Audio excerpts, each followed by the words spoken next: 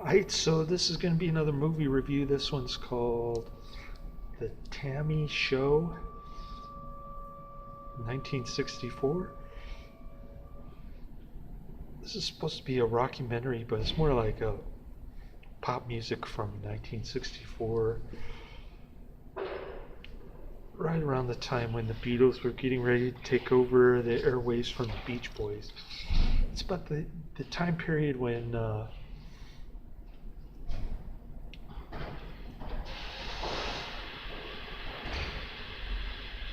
you know, American Graffiti takes place. It's about that same time.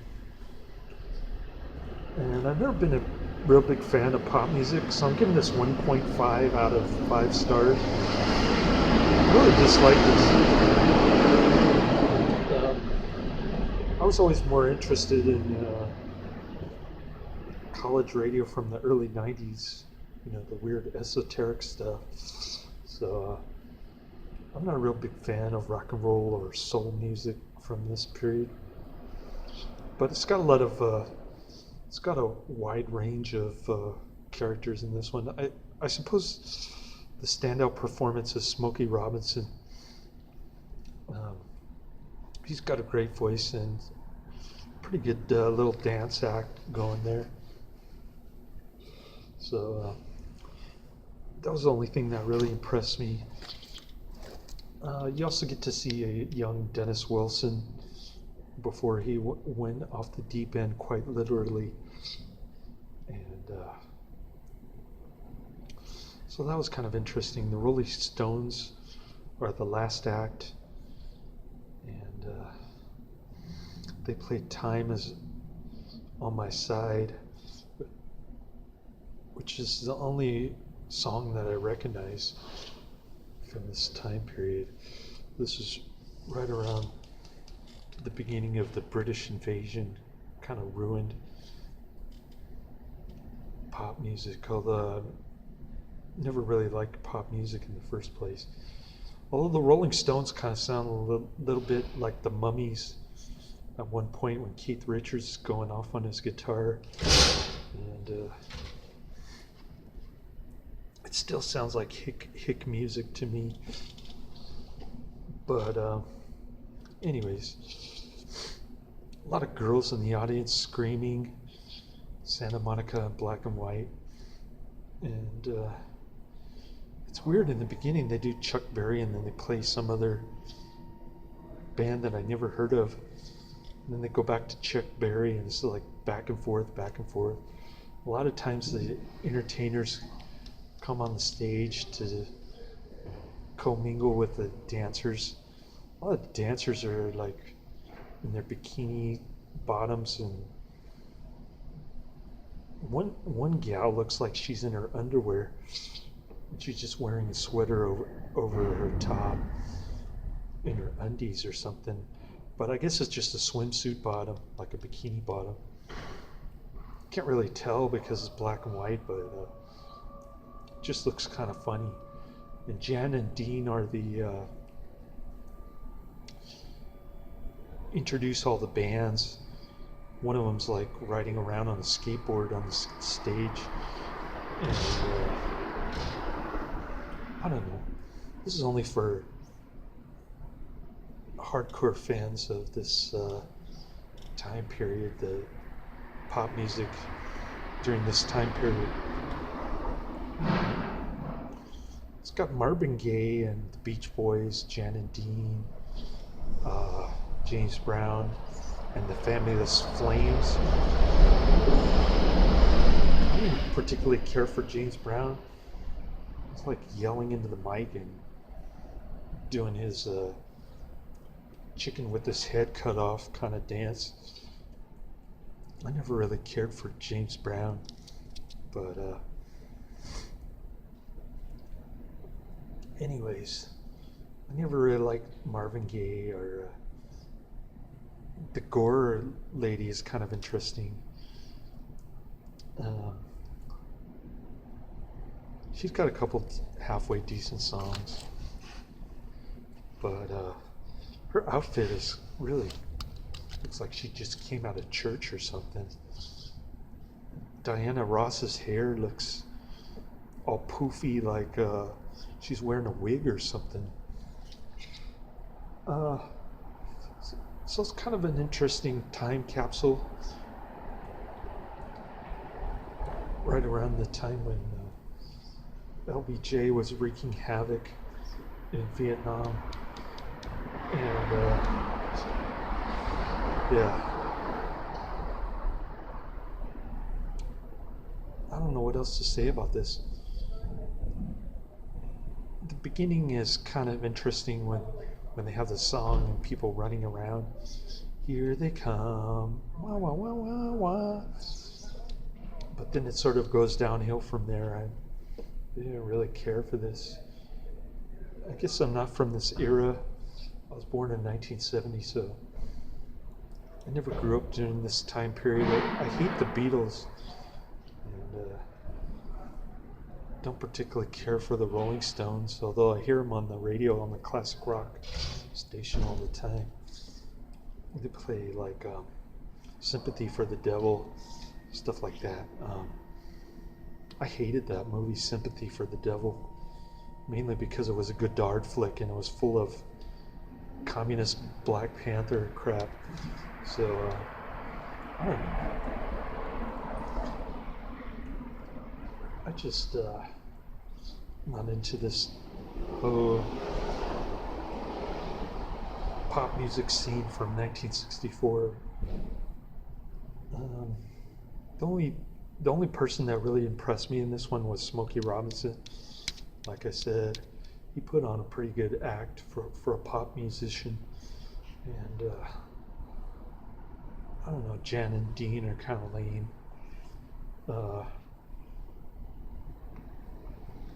Beach Boys was kind of interesting to see Dennis Wilson and his grunge look in 1964. He was great at Two Lane Blacktop, by the way. Highly recommended that movie. But I think he's a better actor than he is a drummer, actually. So it's kind of interesting to see him. Couldn't really get into the Rolling Stones or any of the other bands. There are a bunch of no-name bands that I never heard of, like the Dakotas, the Barbarians, and there's one other band that I never heard of. So it's got runs the gamut from garage bands.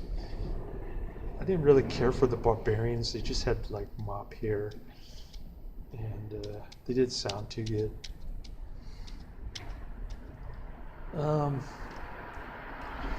So there's that.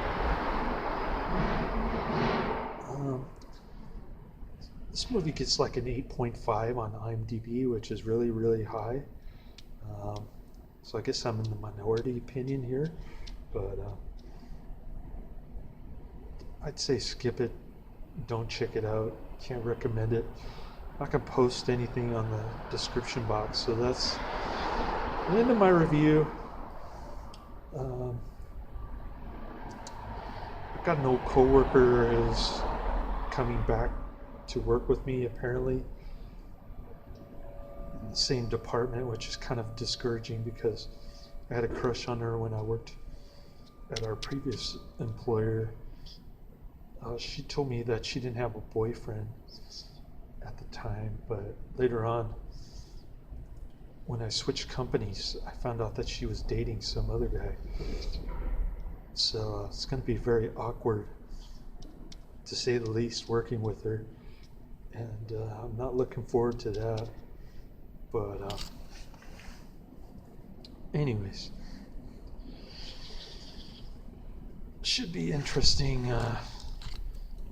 I doubt if she'll even talk to me about it. But anyways, maybe she'll come around one of these days. She was dating another dude at the company that we used to work for. So maybe she'll break up with him. I don't know. Anything could happen, but it's just very odd, awkward situation there. Haven't been dating for months. Can't even remember the last time I went on a date. I know it was sometime last year, but anyways, I've just been too busy working, and the online dating is just a bunch of 20-somethings who want a sugar daddy, or transsexuals, or people like that. So, the Thailand thing, none of them want to move here. They all want me to come to Thailand, which is impossible because my son is here. I have to watch him 3 to 4 times a week. Not to mention that I'm working 4 jobs. So it's pretty hopeless. I could go to Thailand and find some 18-year-old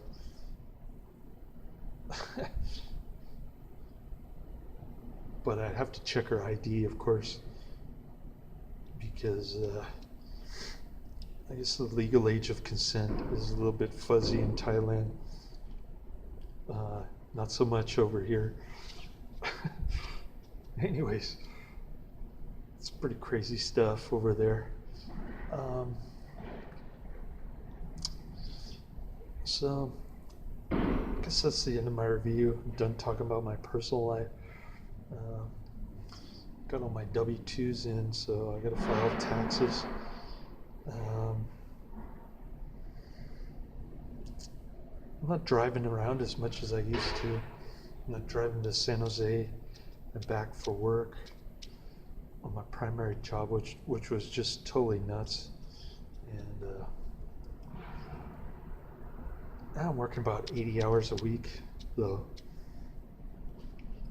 which is pretty crazy. I don't feel tired, though. I got about 10 hours on Friday night and a few hours tonight before I downed a half a bottle of red wine. So anyways, YouTube cut off my monetization, so I'm not making like $5 or less a month from them, which is fine. I mean, I was getting peanuts anyway, and I only have 520 subscribers. I don't know how many page views I'm getting a day, maybe like 1,000 a day. But I just don't have the subscription level that I should, or to meet their specifications. It's kind of ridiculous. I mean, they censor people, and they limit monetization if you say a bad word or you say something offensive to them.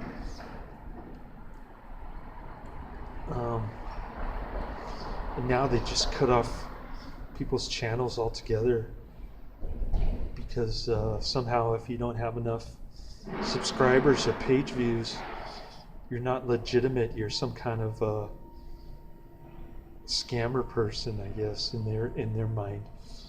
So it's all ridiculous. I mean, you could copy all my videos to Vimeo and just as easily ditch YouTube that way. But which is what some people are doing already in response to the ridiculousness of the whole situation.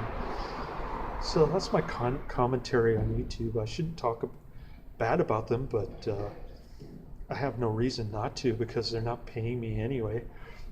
So I got nothing to lose by doing so, unless they want to suspend my channel altogether, which is probably something that they would consider. I don't know. Anyways, I don't have much else to say about this disc.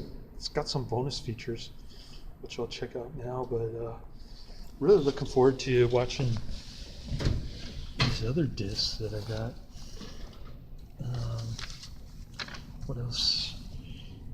Let me show you what's coming down the pike here. Unless the disc cracked or something, I have to get a replacement. I ordered a bunch of Jackie Chan movies for my son, but they haven't arrived at the library yet. And I hope they don't arrive tomorrow because I don't feel like going to the library and waiting for the library to open 1 o'clock. I'm going to be hella tired. Alright, so I got Planet of the Vampires, which is Mario Bava flick. And I also got the Pawnbroker.